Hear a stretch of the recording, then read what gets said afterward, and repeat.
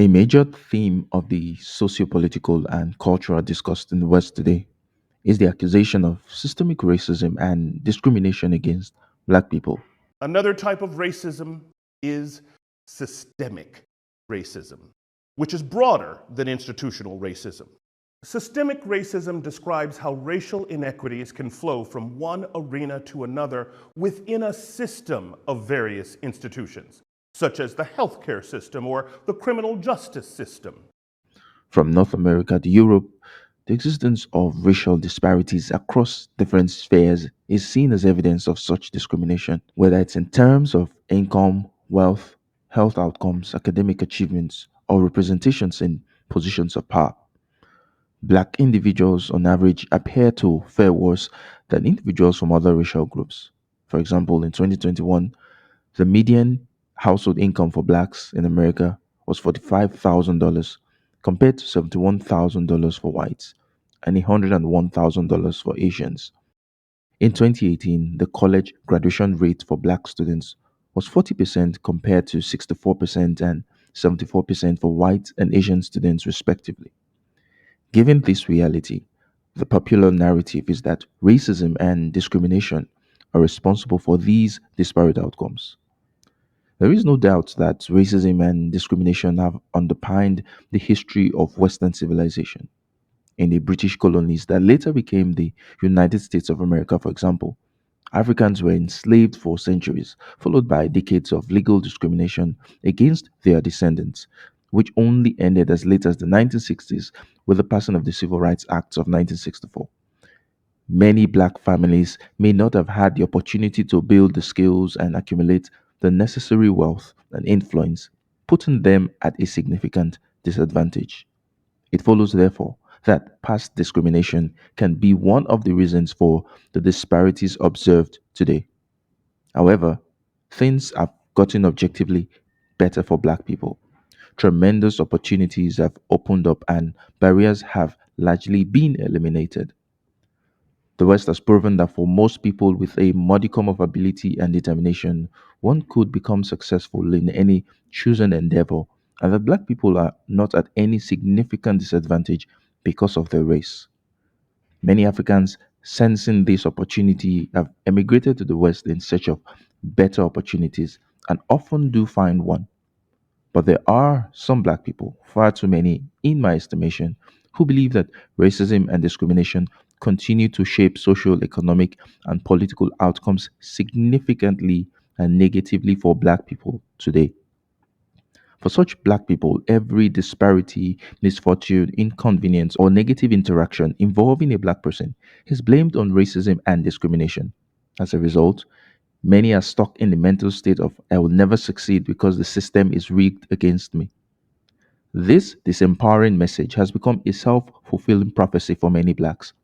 Shelby Steele once said, "It appears black people do not know what to do with the freedom they now have." What is more sobering is that the media rapidly promotes such narratives. In recent times, articles that seem like parodies have been written with all journalistic seriousness, bearing such ridiculous and colorful headings as the racial inequality of sleep by Brian Resnick, featured in The Atlantic with the rider, Black Americans aren't sleeping as well as whites. Here's why that's a public health problem and what can be done to fix it.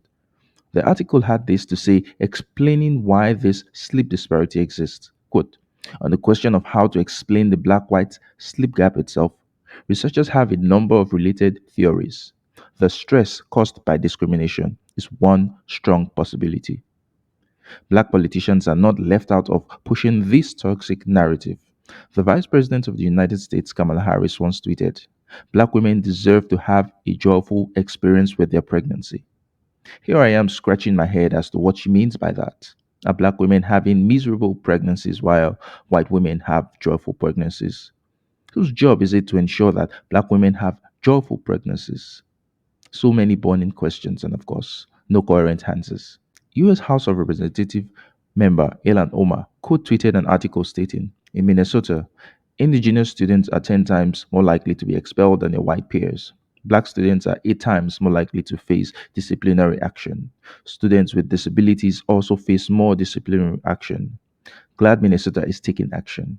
We need to pass the End Push Out Act to address these disparities nationally. Our issue is not that school suspensions are often unproductive, but rather that there are disparities in school suspensions by race.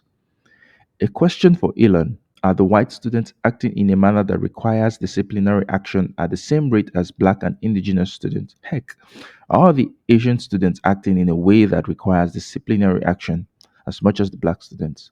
I think it's ridiculous to keep those records by race, but if it's done, it's literally impossible for the rates of offense and punishment to be the same for any two groups, even if those two groups were selected by other criteria aside from race. So it is this sort of equity delusion that throws a wrench in the credibility of progressives. They keep asking for the impossible. Ilan Omar, not quite done, tweeted: "We spend too much time policing the language of black and brown women who speak out against oppression and not enough time ending the oppression of black and brown people." The idea that black people are oppressed today is a lie. There are no laws that specifically target black people, and of course, you would find people with racist attitudes here and there, but they do not have the power to oppress any black person. Racism is such a social taboo that if a white person chooses to be openly racist, it means they don't care about their jobs, career, or social relationships. If there's even a whiff that the white person displayed racist attitudes, they become such a social pariah that no company would touch them with a 10-foot pole.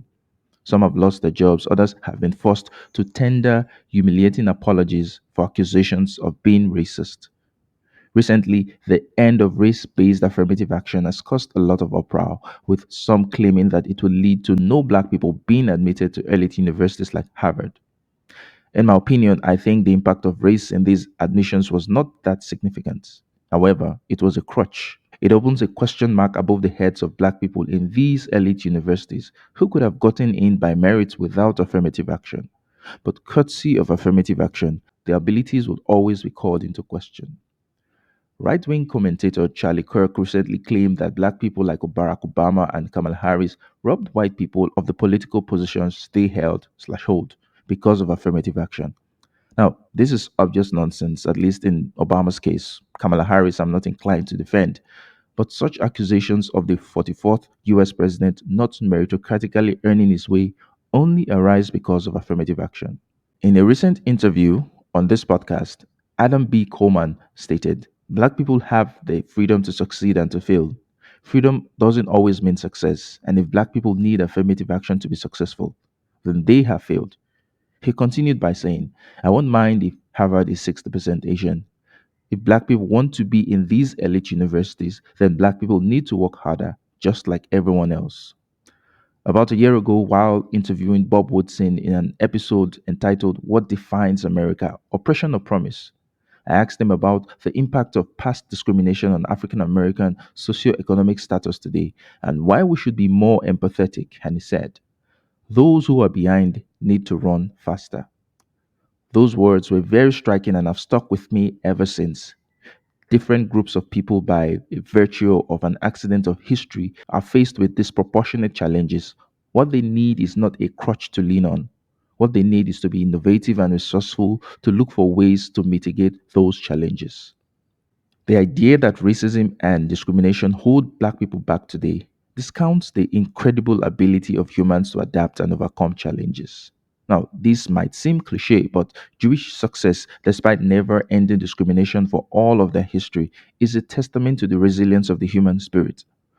Many groups that have faced daunting challenges in their history have been able to rise above those challenges. But for some reason, black people are not expected to do the same.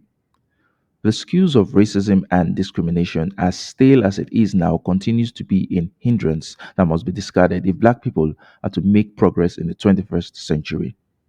Accusations of racism and discrimination continue to be an excuse preventing some black people from taking advantage of the opportunities available to them. It's a dodge that prevents many black people from being self critical enough to realize that for the most part, their destiny lies in their hands. And though there are exceptions, white people have no more opportunity to succeed than black people. Black people need to focus on what is within their control and not outsource their agency to the government. As much as I push back when certain people throw out the you're playing the victim accusation, even in situations when it's not warranted, such accusations did not just fall from the sky. There have been patterns of behavior from some blacks, not the least from many prominent black people, that seem to justify the stereotype that black people are always playing the victim. The case of Jesus Malay, who faked a hate crime against himself, is a prime example. A prime example of one who had things going well for him, but thought he could further his career by deploying a crutch. Racism is a scourge that no doubt still exists in society, but it has lost most of its potency.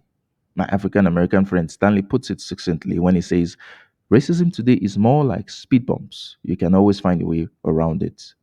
Conclusively, the late Kevin Samuels once said, we African Americans know the history of this country, USA. There is no place in this country where we don't belong. So I walk in everywhere like I belong.